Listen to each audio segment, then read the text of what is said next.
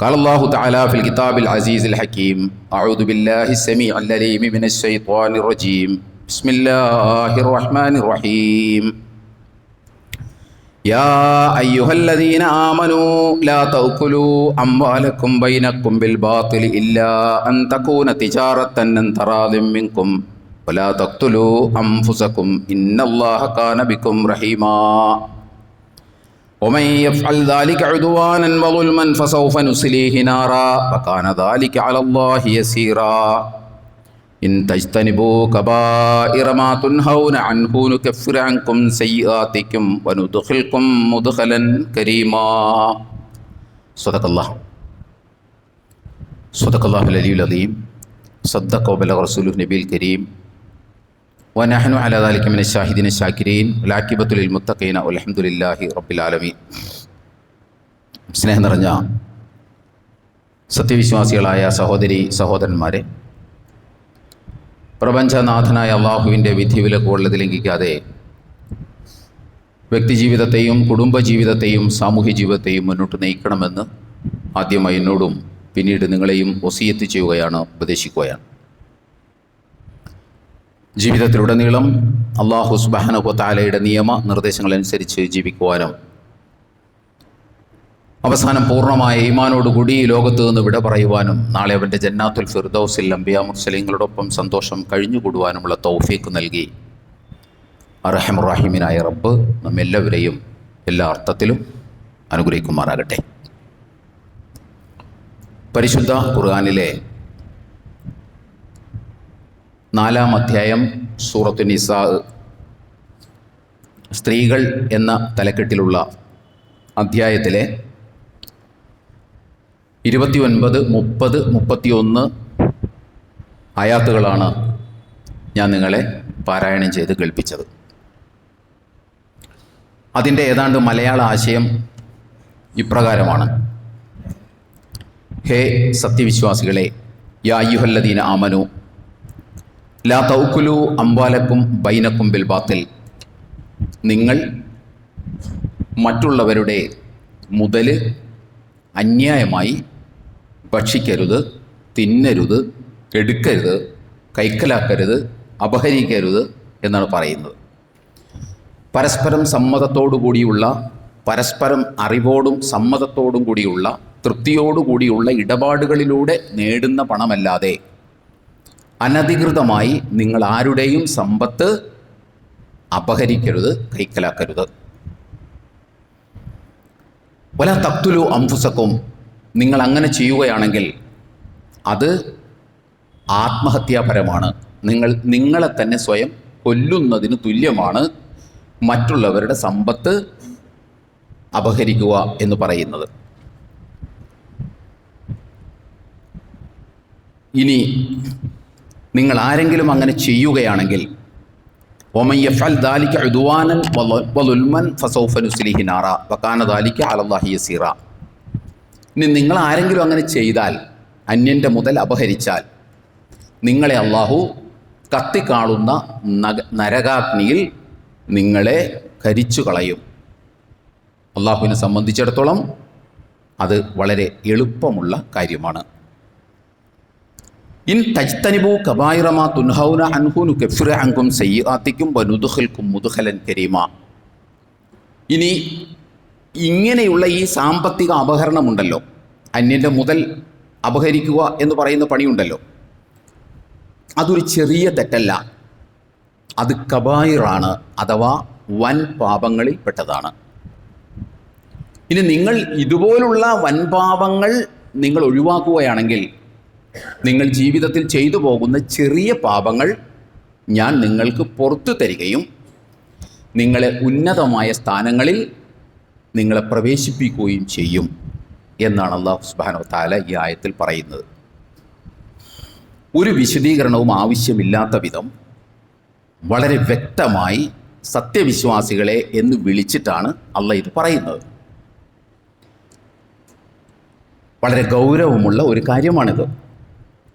മാത്രമല്ല, ഖുർആൻ ഉടനീളം പരിശോധിച്ചാൽ വിശുദ്ധ ഖുർആൻ പല തിന്മകളെക്കുറിച്ചും തെറ്റുകളെക്കുറിച്ചും ഖുർആനിൽ സംസാരിക്കുന്നുണ്ട്. പക്ഷെ ഇതിനോടൊന്നും ചേർത്ത് ഇതുപോലെ അള്ളാഹു പറഞ്ഞിട്ടില്ല. ആത്മഹത്യാപരമാണ്, നരകത്തിലിട്ട് നിങ്ങളെ കത്തിക്കരിച്ച് കളയും, ഇത് വൻപാപമാണ്, മാറി നിന്നാൽ ചെറിയ പാപങ്ങൾ പുറത്തു തരും, ഇങ്ങനെയുള്ള അടിക്കുറിപ്പുകളൊന്നും മറ്റ് തിന്മകളെ പരാമർശിക്കുന്നിടത്ത് അള്ളാഹു സുബ്ഹാനഹു വ തആല പ്രയോഗിക്കുന്നത് ഖുർആനിൽ പൊതുവിൽ നമുക്ക് കാണാൻ കഴിയില്ല. അതുകൊണ്ട് തന്നെ അന്യൻ്റെ 10 രൂപ ഒരു സത്യവിശ്വാസി തൻ്റേതാക്കി മാറ്റരുത്. അങ്ങനെ മാറ്റിയാൽ നമ്മുടെ ഈമാൻ പോലും അപ്രസക്തമായി പോകും, ഈമാനിന് പോലും പ്രസക്തി ഇല്ലാതാകും. പക്ഷെ എന്തുകൊണ്ടോ മുസ്ലിം സമൂഹത്തെ സംബന്ധിച്ചിടത്തോളം ഇതിന് ഖുർആൻ നൽകിയ ഗൗരവം, ഖുർആൻ പലയിടത്തും ഇത് പരാമർശിക്കുന്നുണ്ട്, ഏറ്റവും ശ്രദ്ധേയമായ ഒരു പരാമർശമാണ് ഞാനിപ്പോൾ എടുത്ത് ഉദ്ധരിച്ചത്. നമ്മൾ 5 കാര്യങ്ങളാണല്ലോ അതിനകത്ത് പറയുന്നത്. ഒന്ന്, നിങ്ങൾ അന്യൻ്റെ മുതൽ അന്യായമായി തിന്നരുത്.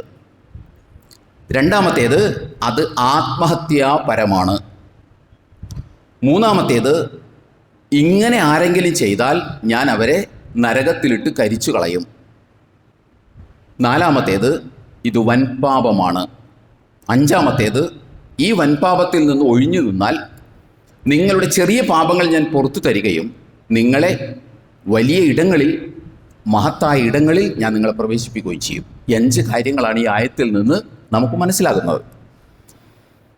പക്ഷേ ഇങ്ങനെയൊക്കെ അള്ളാഹ് പറയുന്നുണ്ടെങ്കിലും മുസ്ലിം സമൂഹത്തെ സംബന്ധിച്ചിടത്തോളം, നമ്മൾ മുസ്ലിം സമൂഹത്തെ സംബന്ധിച്ചിടത്തോളം ഖുർആൻ ഇതിന് നൽകിയ ഗൗരവം മുസ്ലിം സമൂഹം അവരുടെ ദൈനംദിന ജീവിത വ്യവഹാരങ്ങളിൽ, സാമ്പത്തിക ഇടപാടുകളിൽ ഈ സൂക്ഷ്മത കാണിക്കുന്നില്ല എന്ന് നമുക്ക് കാണാൻ സാധിക്കും. എന്തുകൊണ്ട് കാണിക്കുന്നില്ല എന്ന് ചോദിച്ചാൽ അതിന് പല കാരണങ്ങളുണ്ട്. അതിന് ഒരു കാരണം എന്താണെന്ന് ചോദിച്ചാൽ, ഇത്രയും ഗൗരവമുള്ള ഖുർആനിൽ പരാമർശങ്ങൾ ഇത്രയും ഗൗരവത്തോടുകൂടി ഖുർആനിലുണ്ട് എന്ന് നമ്മുടെ സാധാരണക്കാരായിട്ടുള്ള ആളുകൾക്ക് അറിയില്ല. ഇത്രയും ഗൗരവത്തിലാണ് ഈ വിഷയം ഖുർആൻ കൈകാര്യം ചെയ്യുന്നത് എന്ന കാര്യം സാധാരണക്കാർക്ക് അറിയില്ല.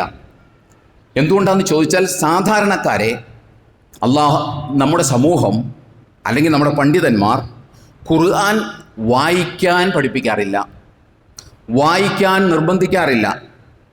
ഓതി അതിൻ്റെ പുണ്യം കരസ്ഥമാക്കാൻ മാത്രമേ സാധാരണക്കാരോട് ഇവർ പറയാറുള്ളൂ. വിശുദ്ധ ഖുർആൻ നമ്മൾ പഠിക്കാറില്ല, നമ്മളെ പഠിപ്പിക്കാറില്ല, പഠിക്കാൻ നമ്മളെ നിർബന്ധിക്കാറുമില്ല. നമ്മളും ഖുർആനും തമ്മിലുള്ള ബന്ധം ഓത്തുബന്ധം മാത്രമാണ്. പറയുന്നത് എന്തെന്നറിയാത്ത, ഓതുന്നത് എന്തെന്നറിയാത്ത ഒരു ഓത്തുബന്ധം മാത്രമാണ് ഖുർആനിൽ നിന്ന് നമുക്ക് ലഭിക്കുന്നത്, ഖുർആനുമായി നമുക്കുള്ള ബന്ധം.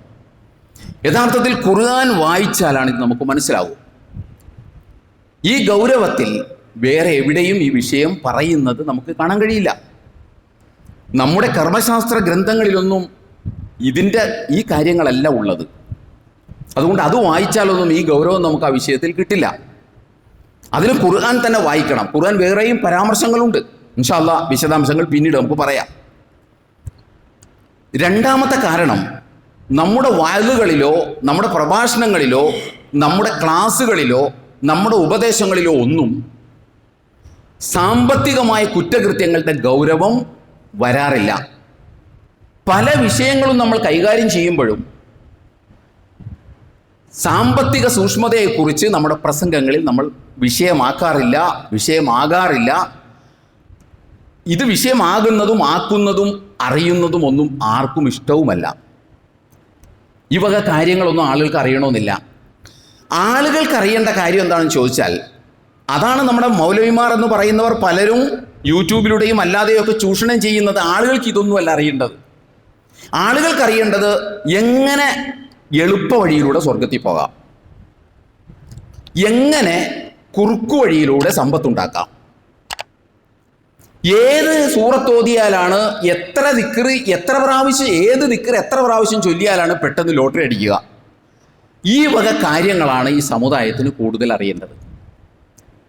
ഇത് ഞാൻ വെറുതെ പറയുന്നതല്ല, നമ്മുടെ മുന്നോട്ടുള്ള പോക്കിൽ ഞാനത് അവതരിപ്പിച്ച് കേൾപ്പിച്ച് തരാം. സമുദായം ഈ കോലത്തിൽ എത്തുന്നതിൻ്റെയൊക്കെ പ്രധാന കാരണം, മർമ്മം അന്വേഷിക്കേണ്ടത് നമ്മൾ അവിടെയാണ്. ആളുകൾക്ക് സ്വർഗത്തിൽ പോകണമെന്ന് ആഗ്രഹമുണ്ട്, പക്ഷെ അത് കഷ്ടപ്പെട്ട് പോക്ക് നടക്കൂല. പെട്ടെന്ന് ഈ ബൈപ്പാസ് എന്നൊക്കെ നമ്മൾ പറയാറില്ല, അങ്ങനെ വല്ല വിദ്യ അത് പറഞ്ഞു കൊടുക്കാൻ നമ്മുടെ മൗലവിമാരുണ്ട്. ബൈപ്പാസ് പറഞ്ഞു കൊടുക്കാൻ, എളുപ്പവഴിയും കുറുക്കു വഴിയും പറഞ്ഞു കൊടുക്കാൻ നമ്മുടെ പണ്ഡിതന്മാരെന്ന് പറയുന്നവരുണ്ട്. ആളുകൾക്ക് അതുപോലെ ആളുകൾക്ക് അറിയേണ്ടത് ഏത് സൂറത്ത് ഓതിയാലാണ് ലോട്ടറി പെട്ടെന്ന് അടിക്കുക, ഏത് ദിക്ർ എത്ര പ്രാവശ്യം ചെല്ലിയാലാണ് പെട്ടെന്ന് പണം ഉണ്ടാവുക, ഏതായത്ത് വീടിൻ്റെ ഉമ്മറത്ത് കെട്ടിത്തൂക്കിയാലാണ് രോഗം മാറുക, ഇതൊക്കെയാണ് ആളുകൾക്ക് അറിയേണ്ടത്. അപ്പം അതുകൊണ്ട് ഈ ഗൗരവത്തിൽ വയലിലോ പ്രഭാഷണങ്ങളിലോ ഒന്നും ഇത് പറയാറില്ല. മൂന്നാമത്തെ കാരണം, നമ്മുടെ ഉപ്പമാർ, നമ്മൾ വേണ്ടപ്പെട്ടവരെന്ന് കരുതുന്ന ആളുകൾ, അനുഷ്ഠാന കർമ്മങ്ങളിൽ കണിശതയുള്ളവർ പോലും നമ്മുടെ ജീവിതത്തിൽ സാമ്പത്തികത്തിൻ്റെ കാര്യം വരുമ്പോൾ ഈ അനുഷ്ഠാന കർമ്മങ്ങളിൽ കാണിക്കുന്ന കണിശത അവിടെ കാണിക്കുന്നത് നമ്മൾ കാണുന്നില്ല. നമ്മുടെ ഉപ്പ കാണിക്കുന്നത് നമ്മൾ കാണുന്നില്ല. നമ്മുടെ നാട്ടിൽ അനുഷ്ഠാന കർമ്മങ്ങളിൽ കണിശതയുള്ളവർ കാണിക്കുന്നത് നമ്മൾ കാണുന്നില്ല. അവിടെ വരുമ്പോൾ ഒരുതരം ലിബറൽ സമീപനമാണ് കാണിക്കുന്നത്. ഇങ്ങനെ സുപ്രധാനങ്ങളായ 3 കാരണങ്ങളാണ് ഈ സംഗതിക്ക് മുസ്ലിം സമുദായം ഗൗരവം കൊടുക്കാത്തതിൻ്റെ പ്രധാന കാരണം. ഇതാണ് അതിൻ്റെ പ്രധാന കാരണം. ഇപ്പം നമ്മളിപ്പോൾ ഇത് പറയാനൊരു കാരണമുണ്ട്. ഇപ്പം ഈ വിഷയം നമ്മൾ കൈകാര്യം ചെയ്യേണ്ട ഒരു കാരണമുണ്ട്. അത് മറ്റൊന്നുമല്ല, കഴിഞ്ഞ 2 ആഴ്ചകളിലായി മാധ്യമങ്ങളിലെ ലീഡ് ന്യൂസ് എന്ന് പറയുന്നത് സർക്കാരിൻ്റെ ക്ഷേമ പെൻഷൻ അനധികൃതമായിട്ട് ആളുകൾ കൈപ്പറ്റുന്നു എന്നത് വളരെ ഞെട്ടിക്കുന്ന വാർത്തയായിട്ട് കഴിഞ്ഞ 2 ആഴ്ചയായിട്ട് മാധ്യമങ്ങൾ കൈകാര്യം ചെയ്യുകയാണ്. 62 ലക്ഷം ആളുകൾക്കാണ് നമ്മുടെ സർക്കാർ ക്ഷേമ പെൻഷൻ നൽകുന്നത്. 1600 രൂപ വീതം. 1600 രൂപ വീതം സർക്കാർ 62 ലക്ഷം ജനങ്ങൾക്ക് കൊടുക്കുമ്പോൾ ആ സർക്കാരിന് 992 കോടി രൂപ ഒരു മാസം വേണം. സർക്കാരിൻ്റെ കയ്യിൽ കാശില്ല, കടമെടുത്തിട്ടാണ് സർക്കാർ ക്ഷേമ പെൻഷൻ കൊടുക്കുന്നത്. ഇപ്പം നിലവിൽ 4 മാസത്തോളം പെൻഡിങ് ആണ് എന്നാണ് മനസ്സിലാകുന്നത്. പരിശോധിച്ചു വന്നപ്പോഴാണ് സ്വീപ്പർ മുതൽ ഹൈക്കോടതി ജീവനക്കാരനടക്കം, ഹയർ സെക്കൻഡറി അധ്യാപകരടക്കം, അതുപോലെ തന്നെ കോളേജ് പ്രൊഫസർമാരടക്കം, ഗസറ്റഡ് റാങ്കിലുള്ളവരടക്കമുള്ള സർക്കാർ ജീവനക്കാർ, 1ഉം 2ഉം അല്ല, 1458 സർക്കാർ ഉദ്യോഗസ്ഥന്മാരാണ് ഈ നക്കാപ്പിച്ച വാങ്ങുന്നവർ. 1600 രൂപ സർക്കാരിൻ്റെ കണ്ണു വെട്ടിച്ച് കട്ടെടുക്കുന്നവർ 1458 പേര് ആളുകളാണ്. അതിനകത്ത് ഗസറ്റഡ് റാങ്കിലുള്ള ആളുകളുണ്ട്, അതിനകത്ത് അസിസ്റ്റന്റ് പ്രൊഫസർമാരുണ്ട്. തിരുവനന്തപുരം കാഞ്ഞിരംകുളം സർക്കാർ ആർട്സ് ആൻഡ് കോളേജിലെ സയൻസ് കോളേജിലെ പ്രൊഫസർ ഇത് പറ്റുന്ന ആളാണ്. Thiruvananthapuram Kanjiramkulam arts and science college സർക്കാർ കോളേജാണത്. പാലക്കാട് കൊഴിഞ്ഞാമ്പാറ സർക്കാർ ആർട്സ് ആൻഡ് സയൻസ് കോളേജിലെ അസിസ്റ്റന്റ് പ്രൊഫസറും ഇത് വാങ്ങുന്നതായിട്ടാണ് കണ്ടെത്തിയിട്ടുള്ളത്. മൊത്തം 62 ലക്ഷത്തിൽ ഏതാണ്ട് 20% ആളുകൾ ഇത് അനർഹമായി കൈപ്പറ്റുന്നവരാണ് എന്നാണ് ധനവകുപ്പ് കണ്ടെത്തിയിട്ടുള്ളത്. അതിൻ്റെ അന്വേഷണം, വിജിലൻസ് അന്വേഷണം അടക്കം ഗൗരവതരത്തിൽ മുന്നോട്ട് പോകുന്നുണ്ട്. നമ്മൾ മനസ്സിലാക്കേണ്ടത്, മലപ്പുറം കോട്ടക്കൽ 7ാം വാർഡ് BJPയുടെ വാർഡാണെന്നാണ് പറയുന്നത്. അവിടെ 42 ഗുണഭോക്താക്കളാണ് ഇതിൻ്റെ. അതിൽ 38 പേരും അർഹതയില്ലാതെ വാങ്ങുന്നവരാണ് എന്ന് പറയുന്നു. അതിൽ ചിലർക്കെങ്കിലും BMW കാറുണ്ട്. ഈ പെൻഷൻ വാങ്ങാൻ പോകാനായിരിക്കും അവരത് ഉപയോഗിച്ചിട്ടുണ്ടാവുക. എന്തുമാകട്ടെ, അതാണ് അവസ്ഥ. 1458 പേർ 1600 രൂപ വീതം ഗവൺമെൻറ് ഉദ്യോഗസ്ഥന്മാരാണ് ഈ പറയുന്നത്, ജോലിക്കാരാണ്. 1458 പേർ 1600 രൂപ വീതം വെച്ച് വാങ്ങുമ്പോൾ 23.32 ലക്ഷം രൂപയാണ് ഒരു മാസം സർക്കാർ ജീവനക്കാർ മാത്രം ഈ പെൻഷൻ വാങ്ങുന്നതിൻ്റെ ഭാഗമായിട്ട് ഗവൺമെൻറ് നഷ്ടമാക്കുന്നത്. സർക്കാർ ജീവനക്കാർ 1458 പേര് 1600 രൂപ വീതം മാസം വാങ്ങുമ്പോൾ സർക്കാരിന് ഒരു മാസം മാത്രം നഷ്ടം വരുന്ന 23.32 ലക്ഷം രൂപയാണ് നഷ്ടം വരുന്നത് എന്ന് നമ്മൾ മനസ്സിലാക്കണം. ഒന്ന് ആലോചിച്ച് നോക്കണം. അതിദരിദ്രരായിട്ടുള്ള ആളുകൾക്ക് കൊടുക്കുന്നതാണ് ഈ 1600 രൂപ. അതിന് ചില ക്രൈറ്റീരിയകളൊക്കെ ഉണ്ട്. AC പാടില്ല, വാഹനം പാടില്ല, 2000 സ്ക്വയർ ഫീറ്റിന് മുകളിൽ വീട് പാടില്ല, അങ്ങനെയൊക്കെയുള്ള ഒരുപാട് ക്രൈറ്റീരിയകളൊക്കെ ഉണ്ട്. ഇൻകം സർട്ടിഫിക്കറ്റ് സമർപ്പിക്കണമെന്ന് 2023 സർക്കാർ പറഞ്ഞു. അതിനുശേഷം ഇതുപോലുള്ള ആളുകൾ അനധികൃതമായി വരുമാന സർട്ടിഫിക്കറ്റുകൾ കാണിച്ചിട്ടാണ് ഇത് വാങ്ങുന്നത് എന്നും കൂടി നമ്മൾ തിരിച്ചറിയേണ്ടതുണ്ട്. എത്രമാത്രം പരിതാപകരവും ഞെട്ടിക്കുന്നതുമായ കാര്യമാണ് എന്ന് നമ്മൾ ആലോചിക്കണം ഈ പറയുന്നത്. ഇതിങ്ങനെ വാങ്ങുന്ന ആളുകൾക്കൊരു പക്ഷേ ചില ന്യായങ്ങളുണ്ടാകാം. അതൊരു പക്ഷേ ഇതായിരിക്കും, അഥവാ ഞങ്ങളൊരു വ്യക്തിയുടെ പൈസയൊന്നുമല്ല കൈയിട്ട് വാരുന്നത്, ഞങ്ങൾ സർക്കാരിൻ്റെ പണമാണ്, പൊതുമുതലാണ് ഞങ്ങൾ അപഹരിക്കുന്നത് അല്ലെങ്കിൽ വാങ്ങുന്നത്, അത് വലിയ തെറ്റൊന്നുമില്ല എന്നായിരിക്കും അവർ വിചാരിക്കുക. നമ്മൾ മനസ്സിലാക്കേണ്ടത് അപ്പോഴും അവർ സമ്മതിക്കുന്നുണ്ട്, വ്യക്തിയുടെ പണം അപഹരിക്കുന്നത് തെറ്റാണെന്ന് അവർ സമ്മതിക്കുന്നുണ്ട്. സർക്കാരിൻ്റെ പണം എന്ന് പറയുന്നത് പൊതുമുതലാണ്. പൊതുമുതൽ എന്ന് പറയുന്നത് പല വ്യക്തികൾ സർക്കാരിലേക്ക് കൊടുക്കുന്ന പൈസയാണ്. അപ്പോൾ 1600 രൂപ പറ്റിക്കുന്ന ഒരാൾ പല വ്യക്തികളുടെ പൈസയാണ് പറ്റിക്കുന്നത് എന്ന് നമ്മൾ മനസ്സിലാക്കണം. പലരുടെയും പൈസയാണ് കൈക്കലാക്കുന്നത്. ഒരു വ്യക്തിയെ പറ്റിക്കുന്നത് ഗുരുതരമാണെങ്കിൽ പൊതുമുതൽ നമ്മൾ എവിടെ നിന്നെടുത്താലും ആരെടുത്താലും എങ്ങനെ അപഹരിച്ചാലും ഒരുപാട് വ്യക്തികളെയാണ് പറ്റിക്കുന്നത് എന്ന ഒരു തിരിച്ചറിവ് നമുക്കുണ്ടാകണം. മറ്റൊരു സംഗതി, മറ്റൊരു ന്യായമുണ്ടാകും, അഥവാ മന്ത്രിമാർ, ഗവൺമെൻറ് MLA മാർ, ഗവൺമെൻറ് ഉദ്യോഗസ്ഥന്മാർ ഇവരൊക്കെ അഴിമതിയിലൂടെയും അല്ലാതെയും ഒക്കെ ആയിട്ട് ഞങ്ങൾ 1600 വാങ്ങണുള്ളൂ, ലക്ഷങ്ങളും കോടികളുമാണ് അഴിമതിയിലൂടെയും അല്ലാതെയുമായിട്ട് ഇവർ അപഹരിച്ചുകൊണ്ടിരിക്കുന്നത്. കാവൽക്കാർ തന്നെ കക്കുകയാണ്. പിന്നെ ഞങ്ങൾ എന്തിനാണ് മോശം കിട്ടാനാണോ ഇതിൽ കാത്തിരിക്കുന്നത് എന്ന ചിന്ത കൊണ്ട് നമ്മൾ 1600 പറ്റിക്കുന്നുള്ളൂ എന്ന ന്യായം അവർക്കുണ്ടാവും ചിലപ്പോൾ. ഈ ന്യായം ഉണ്ടാക്കാൻ പറ്റുന്ന പ്രവർത്തനങ്ങൾ അതാത് കാലത്തിരുന്ന ഈ സർക്കാരിൻ്റെതെന്നല്ല, അതാത് കാലത്തിരുന്ന സർക്കാരുകളുടെ ഒക്കെ ഭാഗത്തു നിന്ന് ഉണ്ടായിട്ടുമുണ്ട്. ആളുകൾക്ക് ഈ ന്യായം ഉണ്ടാക്കി കൊടുക്കാനുള്ള കാരണങ്ങൾ സർക്കാരിലെ MLA മാരുടെ MP അതേപോലെ തന്നെ മന്ത്രിമാരുടെ ഒക്കെ ഭാഗത്തു നിന്ന്, ഉദ്യോഗസ്ഥന്മാരുടെ ഒക്കെ ഭാഗത്തു നിന്ന് അതാത് കാലത്ത് ഉണ്ടായിട്ടുണ്ട്. ഏറ്റവും ഒരു ചെറിയ ഉദാഹരണം ഏറ്റവും അവസാനം ഞാൻ പറയാം.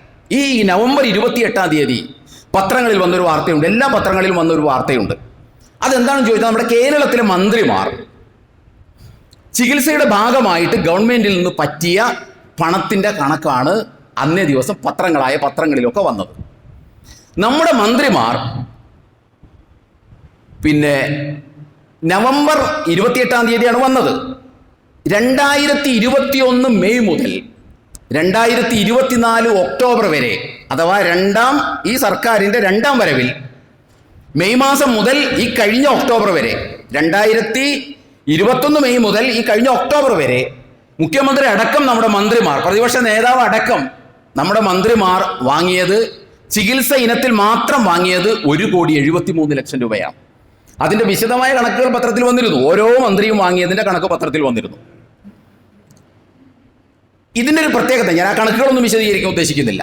ഇവിടെ ഞാൻ പറയാൻ ഉദ്ദേശിക്കുന്ന സംഗതി എന്താണെന്ന് ചോദിച്ചാൽ, ഇതിനു മുൻപ് ഈ മന്ത്രിമാർ ഉപയോഗിച്ച മെഡിക്കൽ റീംബേഴ്സ്മെന്റ് രൂപത്തിലാണ് പൈസ വാങ്ങുന്നത്.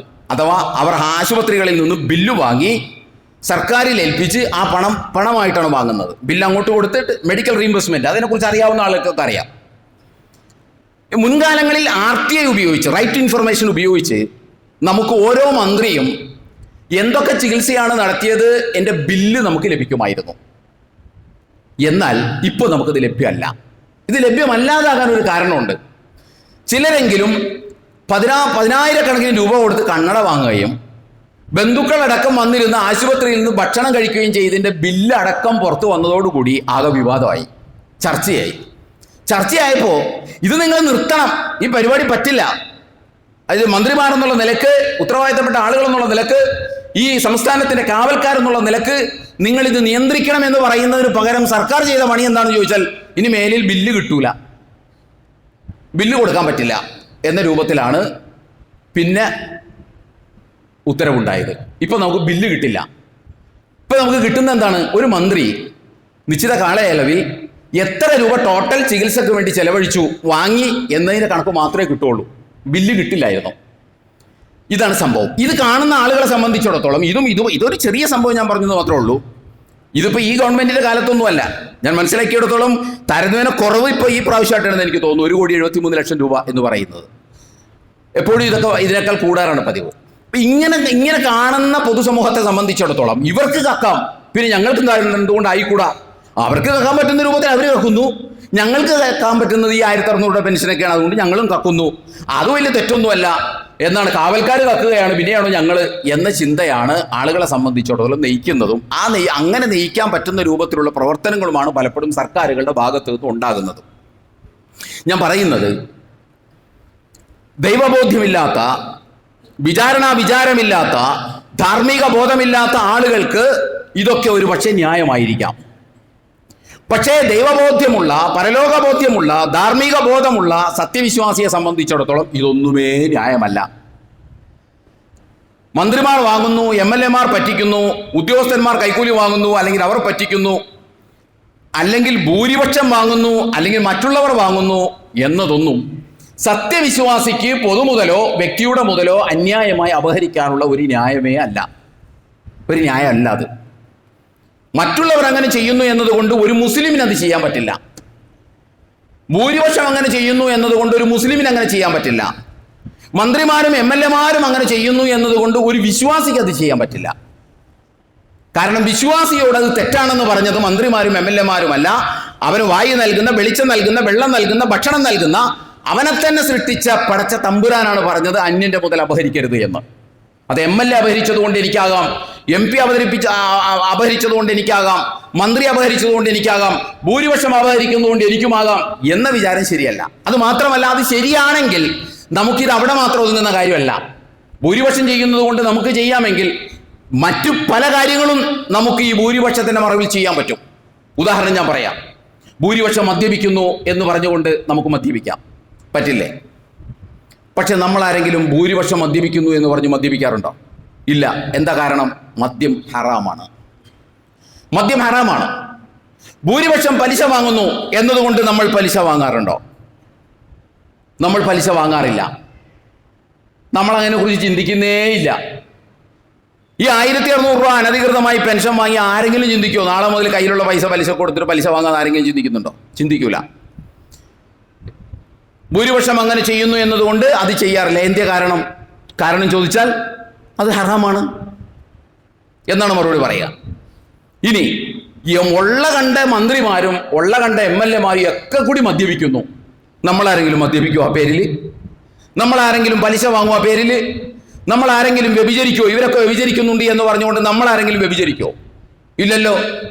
അപ്പോ അതെങ്ങനെയാണ് ശരിയാവുക? അർഹതയില്ലാത്ത ക്ഷേമ പെൻഷൻ നമുക്ക് വാങ്ങാം.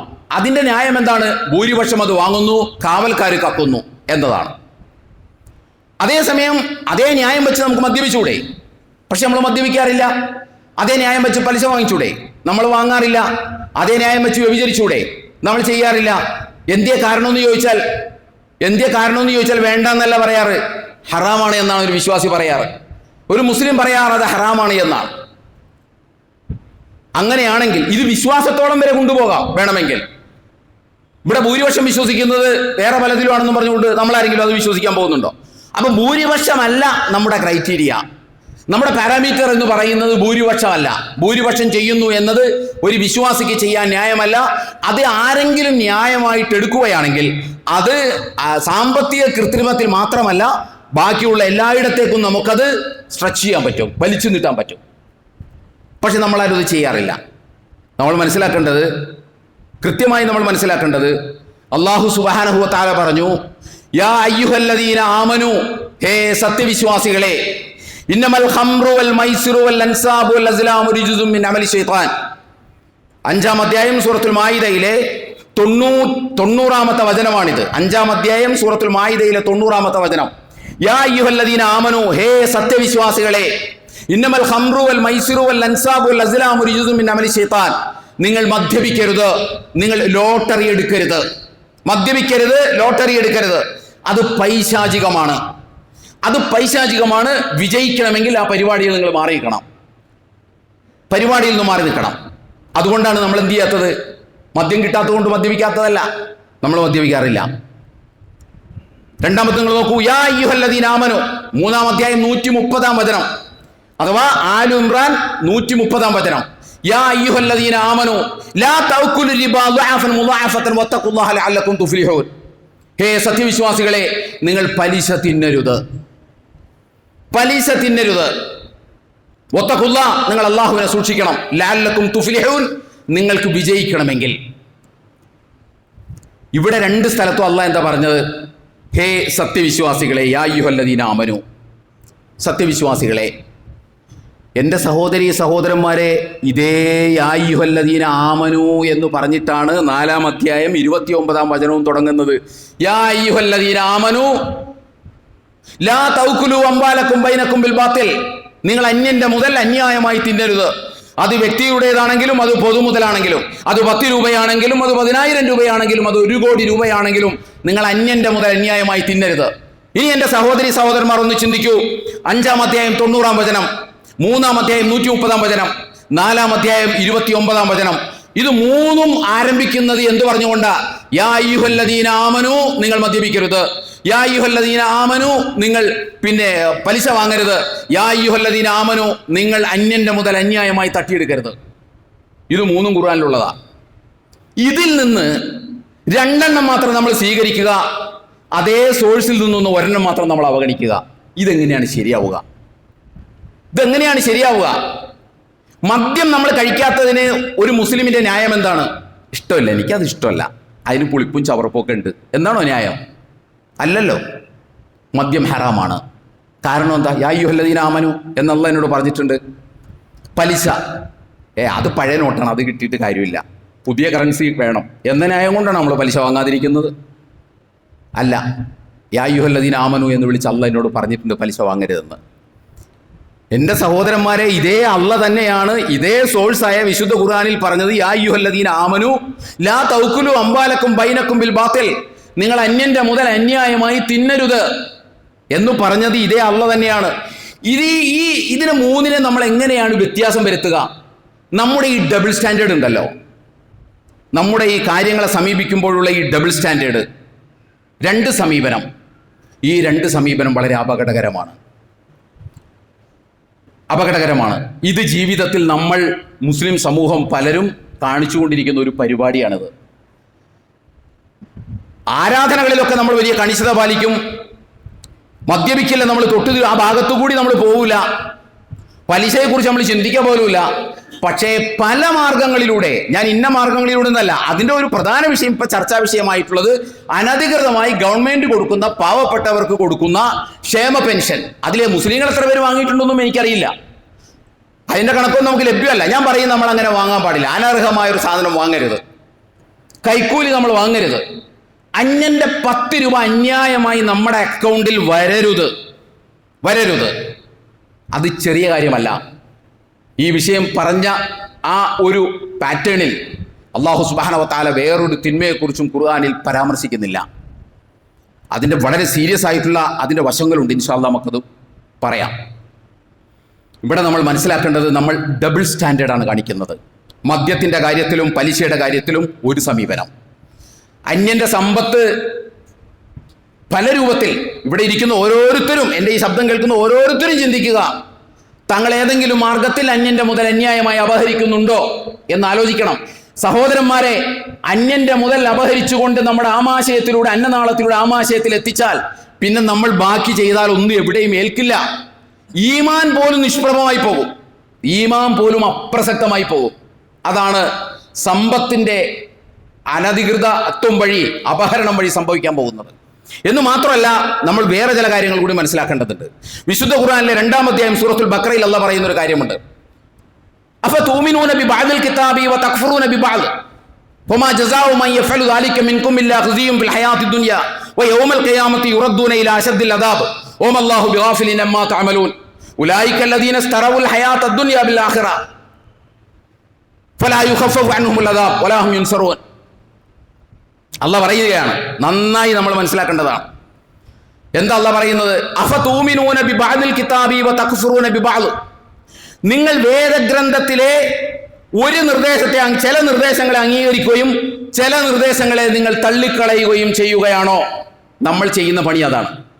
വേദഗ്രന്ഥത്തിൽ യാ അയ്യുഹല്ലദീന ആമനു എന്ന് തുടങ്ങി 3 വിളി നമ്മൾ വിളിച്ചു. വിളി 89 വേറെ ഉണ്ട്, 86 വേറെയുണ്ട്. ഇപ്പൊ ഈ 3 വിളി തുടങ്ങുന്നതും യാ അയ്യുഹല്ലദീന ആമനു എന്ന് പറഞ്ഞുകൊണ്ടാണ്. ഇതിൽ 2 നമ്മൾ സ്വീകരിക്കും, 1 നമ്മൾ തള്ളിക്കളയും. അള്ള ചോദിക്കുകയാണ്, അഫതൂമിനൂന ബിബഅദിൽ കിതാബി വതക്ഫുറൂന ബിബഅദ്, വേദഗ്രന്ഥത്തിലെ വേദോപദേശങ്ങളിൽ ചിലത് നിങ്ങൾ സ്വീകരിക്കുകയും ചിലത് നിങ്ങൾ തള്ളിക്കളയുകയുമാണോ? ചിലത് നിങ്ങൾ വിശ്വസിക്കുകയും ചിലത് നിങ്ങൾ നിഷേധിക്കുകയുമാണോ?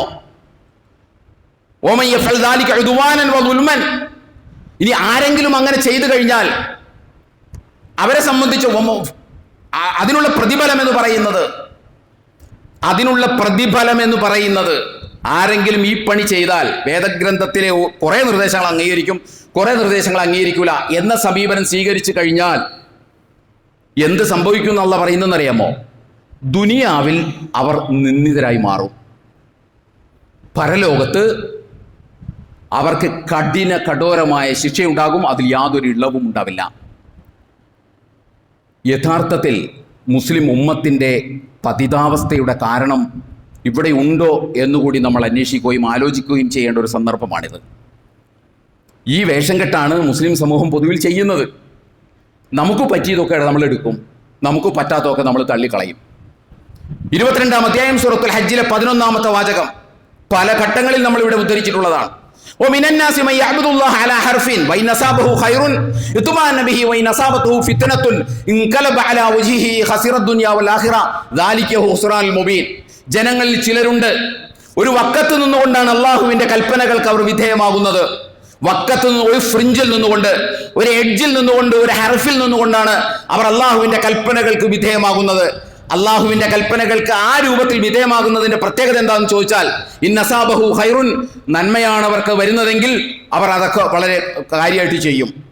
തിന്മയാണ് അതുകൊണ്ട് അവർക്ക് സംഭവിക്കുന്നതെങ്കിൽ അവരെ സംബന്ധിച്ചിടത്തോളം അവർ മുഖം തിരിക്കും അതിൻ്റെ നേരെ.